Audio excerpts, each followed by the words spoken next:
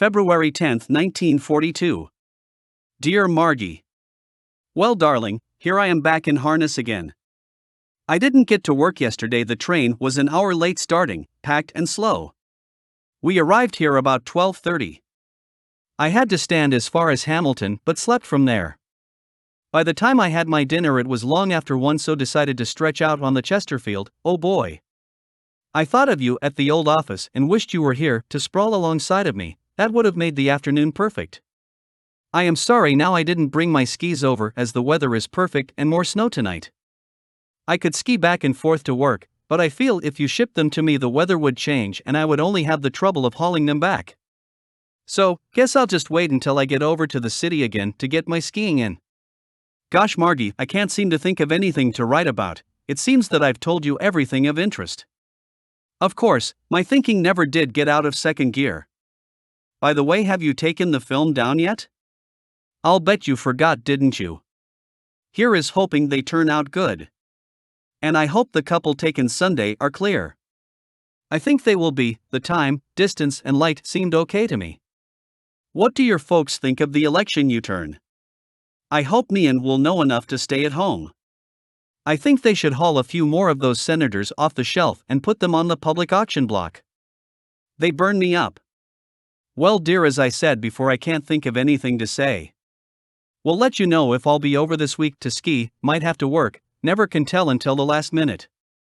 Bye bye for the present, darling. I love you. As ever, Roger XXXX. 196 Ontario Street. February 17, 1942. Dear Margie. Have hardly earned my keep these last 2 days, as there is hardly any work at all. They let all the men except 5 of us go last night, and if something doesn't turn up tomorrow, I will probably be over to see you for a couple of days. Apparently, we can't get material, the old story eh? The old foreman who was hurt died Sunday afternoon and was buried today. Many of the old-timers felt pretty badly. The young lad is okay according to x-rays. So that is one bright spot.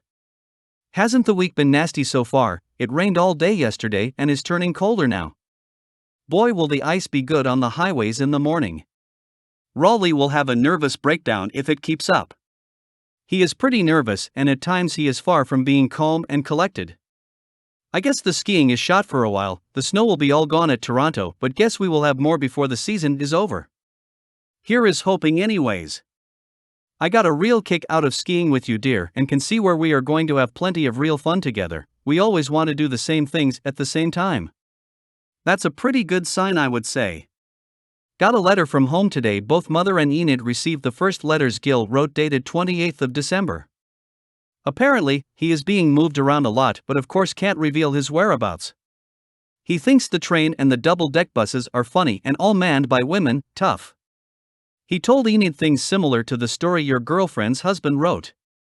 He said there were rotten. 2 other Bracebridge boys were on the same ship, so he wasn't alone.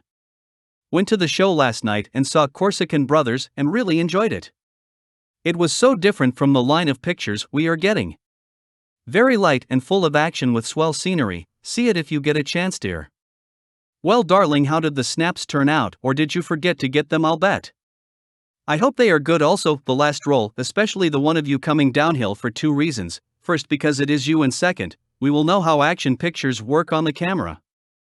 Well, Margie, guess there isn't any more to say, and I have to darn a sweater and a pair of socks, damn it. The miseries of a bachelor, but it won't be for long, by golly. You see what you are letting yourself in for, my dear. Well, right soon, darling, I love you so much. As ever. Roger XXXXX. February 22, 1942. Dear Margie. Sorry, dear, I didn't get over this weekend. I would have liked to, but must watch the old dollar just a little more closely. I'll bet the skiing was good today with the little extra snow to help it along. I had a little accident this week, got a bang in the leg last Thursday, and it's pretty sore and stiff, so the skiing is out for a few days at least. I have it strapped up, and the lads call me Limpy. Thank heavens there really is no work to be done on the job, so I just stood around the compressor house looking important and got away with it. However, it's a little better today, just needs a rest, and it certainly got it today. I didn't get up until noon then read and slept all afternoon. The more sleep one gets, the more one wants. I feel like bed right now, but we'll mail this first. I hope some work turns up this week, or I'm afraid there will be a few days holidays. Some material arrived, but not the kind we need at present. However, they expect it any day, so here is hoping. What are plans for the weekend, dear? Are you coming over to the falls, or am I to come to Toronto? Which do you wish, dear? It really makes little difference to me as long as I see you.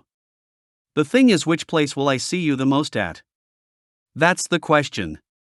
I really haven't much news, dear, as I haven't done anything important this week except a couple of shows and school.